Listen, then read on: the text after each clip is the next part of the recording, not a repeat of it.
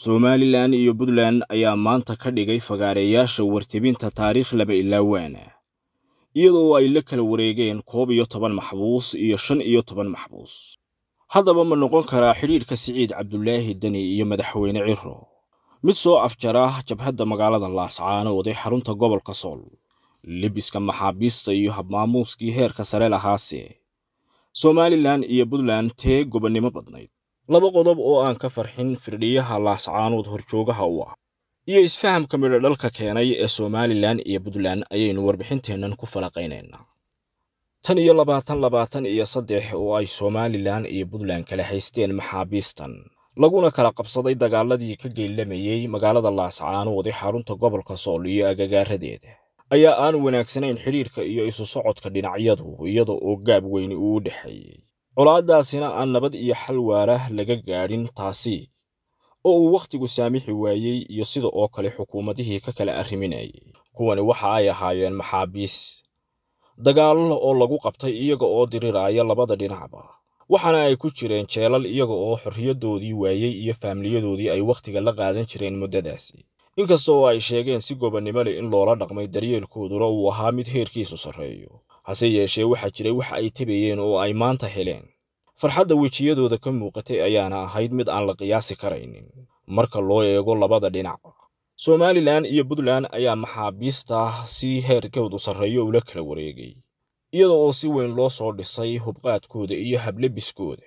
inkasta oo dhinaca Somaliland ay ku horeysay waxa loo yaqaano luuqadda qalaad isteelka, af Soomaaligana ku noqonaysa hablebis, iyada oo suudho dhammaystiran iyo kabahoodii oo soo saaraya tayadiina loo raaciyay, taasi oo ay si wanaagsan u soo agaasimeen wasaaradda cadaaladda ee Somaliland oo ka shaqaynaysay arrintani.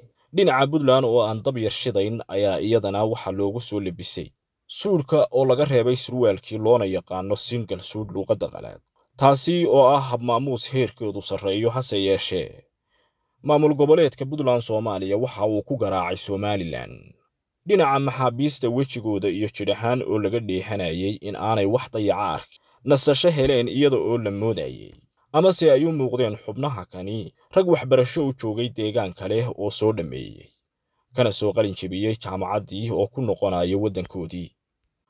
dhinaca maamul goboleedka Puntland oo subaxnimadii hore ee saakaba soo ambabixiyay maxaabiistii ay gacanta ku hayeen oo ay dayactireen sida oo kalena si maamuuskeedu sarreeyo ugu soo labiseen ayaa ka soo degay magaalada Hargeysa iyada oo isla diyaaradii ay saartay Somaliland maxaabiistii ay sii deysay. boqor Ismaan Maxamuud Buurmadow ayaana raacay oo ku wareejiyay maamul goboleedka Puntland, balse Puntland cidda ay ku soo dartay ee ku wareejisay Somaliland ayaan la ogeyn ilaa iyo haatan. tallaabo guul iyo gobonimo leh oo geyga Soomaalidu si weyn u hadalhayo ayay sameeyeen Hargeysa iyo Garowe oo maanta isweydaarsaday maxaabiistii muddo 2 sannadood kadib.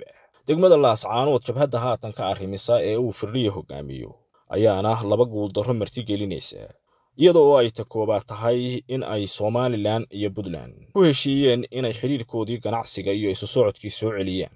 degmada Laascaanoodna labada dhinacba ay culays ka saarayaan, taasi oo aanay si keligeed isu bixin karin. qodobka labaad ee ay wajahayso Laascaanood ayaa ah khilaafyo. qodobka labaad ee uu wajahayo Mr. Firdhiye ayaa ah isqabqabsi iyo kala aragti duwanaan xoogan.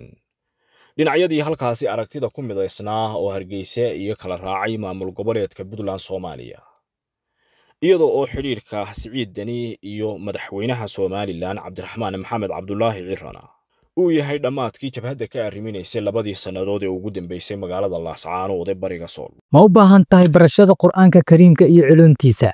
Machadka Luqmaan Al-Hakim Islamic Online. machadku maadooyinka uu bixiyay waxaa ka mid ah barashada Qur'aanka iyo axkaamtiisa, barashada hingaada iyo qoraalka, barashada ducooyinka, barashada xadiista nebiga, barashada luqadda Carabiga, barashada luqadda Soomaaliga. haddaba si aad iska diiwaangeliso kala xiriir WhatsApp nambarka shaashada kaaga muuqda.